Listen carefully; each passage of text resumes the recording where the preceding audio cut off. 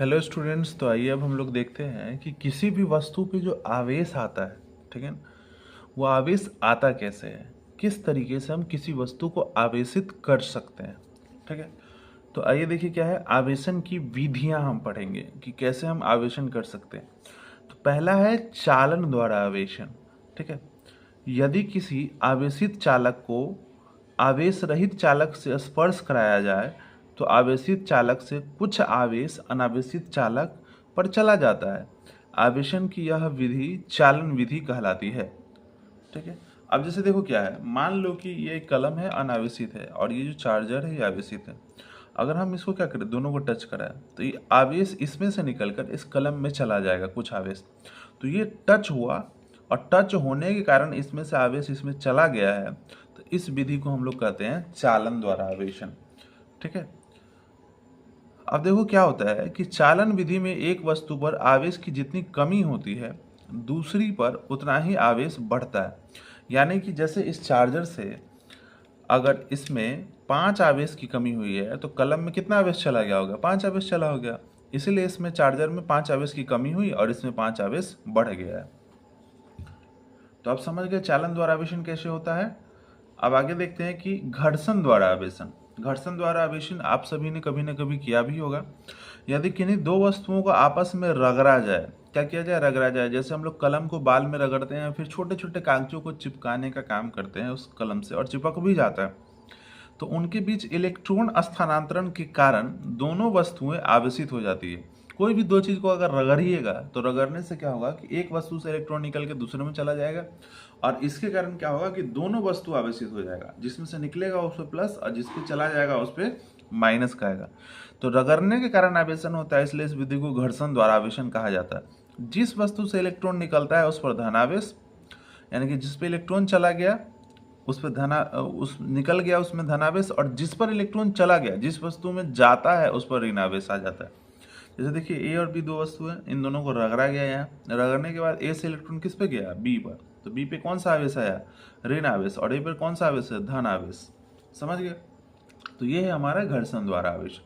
अब एक होता है प्रेरण द्वारा आवेशन। क्या होता है प्रेरण द्वारा आवेशन, तो आवेशन की वह प्रक्रिया जिसमें एक आवेशित वस्तु द्वारा स्पर्श किए बिना, यानी बिना टच किए, अनावेशित वस्तु पर विपरीत प्रकृति का आवेश उत्पन्न कर दिया जाए तो प्रेरण द्वारा आवेशन कहलाती है। ठीक है, होता क्या है कि अगर हम एक वस्तु को है ना बिना टच किए उसके बगल में जाकर ही, बिना टच किए, चालन में देख रहे थे आप टच हो रहा था, एक दूसरे के संपर्क में आ रहा था, लेकिन इसमें बिना टच किए हुए अगर मान लीजिए कि क्या है, इस वस्तु है कलम है, कलम पे प्लस आवेश है और इसके बगल में गया और अभी टच नहीं हो रहा है ना, और इस पे कौन सा आवेश आ गया, पहले कोई आवेश नहीं था, इस पे इस चार्जर पे कोई आवेश नहीं था, और जैसे ही इसके पास गया और प्लस आवेश है कलम पे और इस पे कौन सा आवेश उत्पन्न कर दिया, माइनस आवेश, बिना टच किए ही। तो इसी प्रक्रिया को हम लोग क्या कहते हैं, प्रेरण द्वारा आवेशन। ठीक है, अब देखिए इसमें होता कैसे है, पूरा एकदम चित्र के साथ हम लोग समझेंगे। देखिए ये जो वस्तु है इस पे कोई आवेश है नहीं है, अनावेशित वस्तु है, कोई आवेश नहीं है। अब ठीक इसके बगल में कौन सा आवेश लेकर है, ऋण आवेश। क्यों, क्योंकि हम लोग प्रेरण द्वारा धन आवेश उत्पन्न कर रहे हैं। तो ऋण आवेश जैसे ही लाए निगेटिव आवेश, तो क्या करेगा, प्लस चार्ज को अपने तरफ खींच लेगा और माइनस को अपने से दूर फेंक देगा। क्योंकि आप जानते हैं कि एक समान आवेश एक दूसरे को प्रतिकर्षित करते हैं और विपरीत आवेश आकर्षित करते हैं। तो माइनस की तरफ आकर्षित कौन होगा, प्लस, और दूर कौन जाएगा, माइनस। अब यहाँ माइनस के, अब इसके बाद क्या किया, इसको अर्थिंग कर देंगे। जैसे ही माइनस यहाँ आएगा अर्थिंग कर देंगे। और अर्थ क्या होता है, ओशियन ऑफ इलेक्ट्रॉन होता है, यानी कि इलेक्ट्रॉन का समुद्र होता है। सारा का सारा माइनस आवेश कहाँ चला गया, अर्थ में चला गया। अब इस पे कौन सा आवेश सिर्फ बचा हुआ है, तो सिर्फ इस पे प्लस आवेश बचा हुआ है। ठीक है, अब क्या करेंगे, अभी अभी ये चार्ज को रखे ही रहेंगे बगल में। क्यों, क्योंकि जैसे ही इसको हटाओगे फिर प्लस अगर इसको हटाते और अर्थिंग बाद में करते तब तक तो प्लस माइनस मिल जाता, इसलिए इसको रखे हुए अर्थिंग करेंगे कि फिर माइनस अब चला जाए। अब फिर अर्थिंग को क्या करेंगे, हटा देंगे। अब इसको हटाएंगे तो फिर अर्थ में से निकल के प्लस वाला सब यहाँ चला आएगा, तो फिर प्लस माइनस मिलके फिर न्यूट्रल हो जाएगा। इसलिए इसको माइनस वाला चार्ज को रखे रहेंगे कि प्लस ऐसे ही रहे और अर्थिंग हटा देंगे। अब बाहर से इलेक्ट्रॉन आने का कोई संभावना है, अर्थ इलेक्ट्रॉन ले लेता है, नहीं तो इलेक्ट्रॉन दे देता है। तो अब जब इलेक्ट्रॉन था यहाँ पे तो उसको ले लिया और फिर हटा दिए, तो अब देने वाला कोई नहीं है। अब देने वाला कोई नहीं है तो ये माइनस चार्ज हटा दीजिए। देखिए इस पे कौन सा चार्ज आ गया, प्लस चार्ज आ गया। ऐसे ही सेम होगा प्रेरण द्वारा आवेशन।